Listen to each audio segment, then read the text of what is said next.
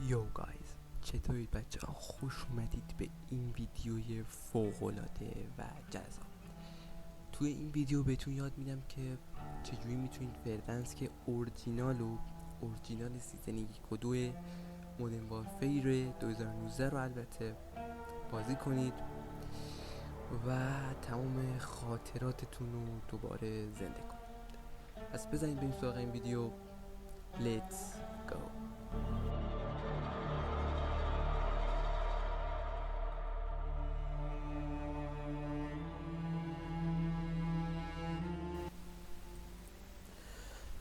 خب رسیدیم به بخش آموزش. باید بگم که اولین چیزی که شما نیاز دارید اینه که ویندوزتون 10 باشه. پس اگه ویندوز 11 دارید نمیتونید پلی بدید گیمو، این اصلا وارد گیم نمیشه. من خودم تا دیروز ویندوز 11 داشتم، پاک کردم، نصب کردم ویندوز رو. الان که میبینید دسکتاپ هم اینجوری زیاد برنامه نیست. خب بخاطر پس ویندوز 10 رو باید داشته باشید. بعد اینکه این کار کردید میرید توی کروم. خب تو کروم که رفتید اینجا میزنید دانلود مودرن وارفیر 2019 پارسی گیم. خب حالا من لینک دانلودشو میذارم پایین. نکنید اولی 25 اکتبر 2019 این قدیمی، یعنی بکاپ بتلنت گذاشته برای قدیم. خب دومین سایت، حالا ممکنه برای شما سومین سایت مثلا بیاد. خب دومین سایت گذاشته حجمش 85 و 8. کلیک میکنید. من وی پی ان رو خاموش کنم این اولیه 85 و 8. من میگم لینکش رو براتون میذارم.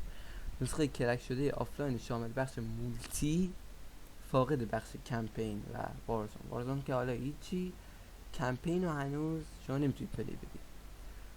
خب این 858 رو دانلود میکنید و بریم سراغ ادامه کار.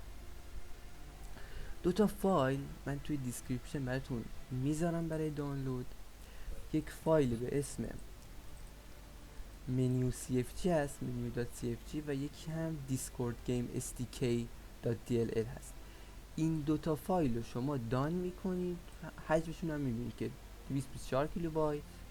مثلا من میام رو صفحه و این یکی هم menu.cfg هم حدود 160 کیلوبایت. خب این دوتا فایل دان میکنید.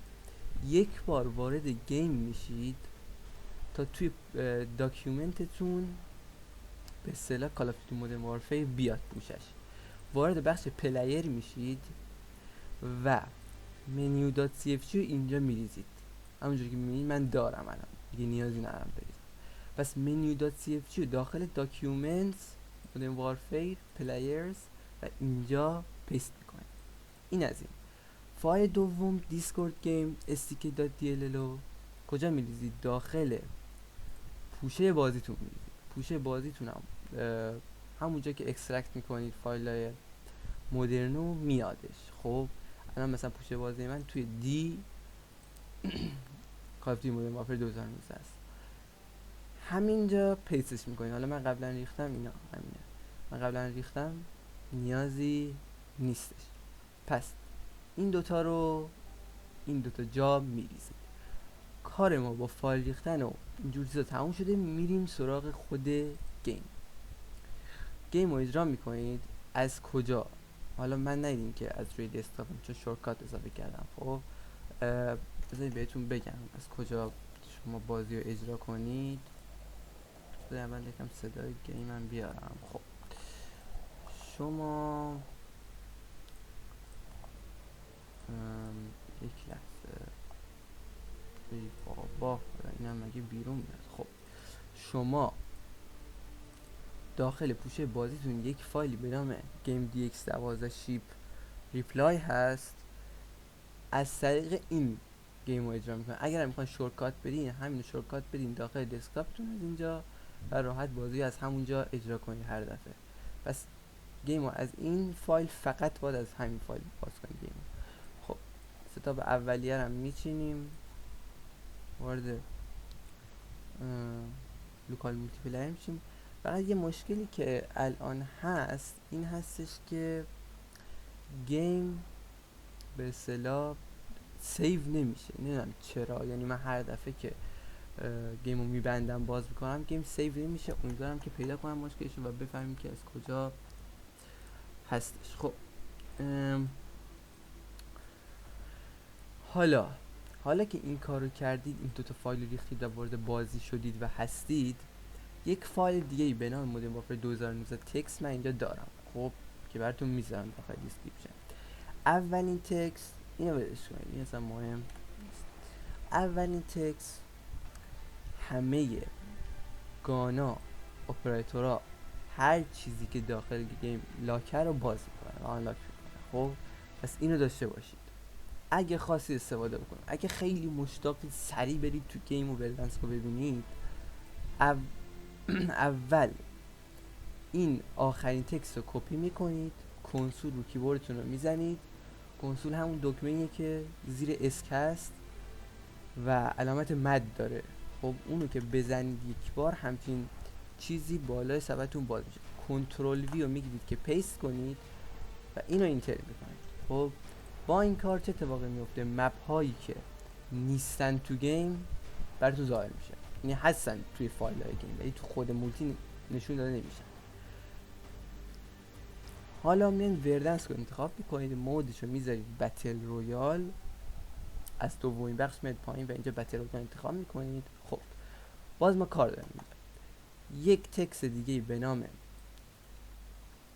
exec-menu.cfg هست، این هم کپی میکنید، کنسول باز میکنید، کنترل وی میزنید و کار ما تموم شده تقریبا. الان فقط F1 رو میزنید، یه همچین منوی بر شما باز میشه. ترینینگ رو انتخاب میکنید، دوباره این گزینه رو انتخاب میکنید و وردنسک رو کلیک میکنید و وردنسک براتون خودش شروع میکنه به بالا اومدن. منو هم ببندم، نیازی نداریم.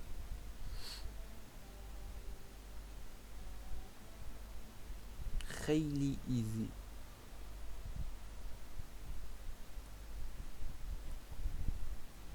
نمیدونم چرا اگم لودینگ طول کشید، معمولا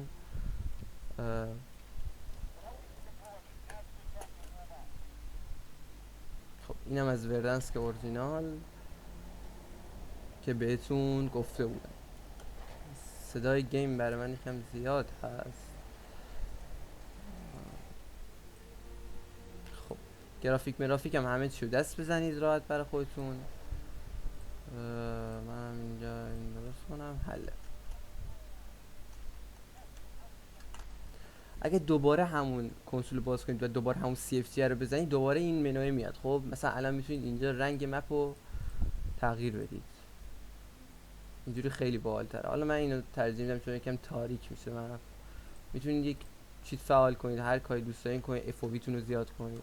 خب مثلا ما میریم الان وردنسک، میگم وردنسک استادیوم، بازی فوق العاده نرم، فوق العاده اتموس و واقعا دیگه چی میخواد.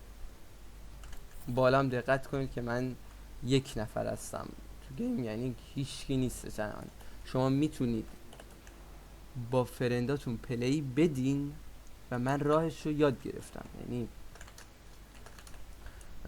شما میتونید با فرنداتون پلی بدین،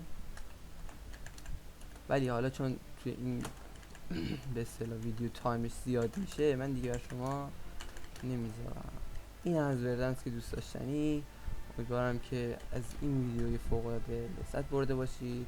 همچنین اگه میخواین نو کلیپ کنید و پرواز کنین، میتونید از اینجا نو کلیپ رو فعال کنید یا اینو بزنید، فرق نمیکنه و شما پرواز میکنید به صورت فوق العاده باحال و دوباره میتونید اینو بزنید و بیاید پایین.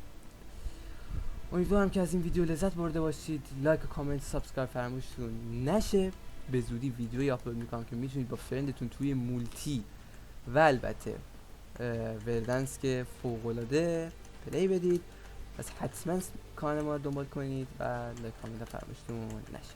تا ویدیو دیگه، فعلا پیس اوت.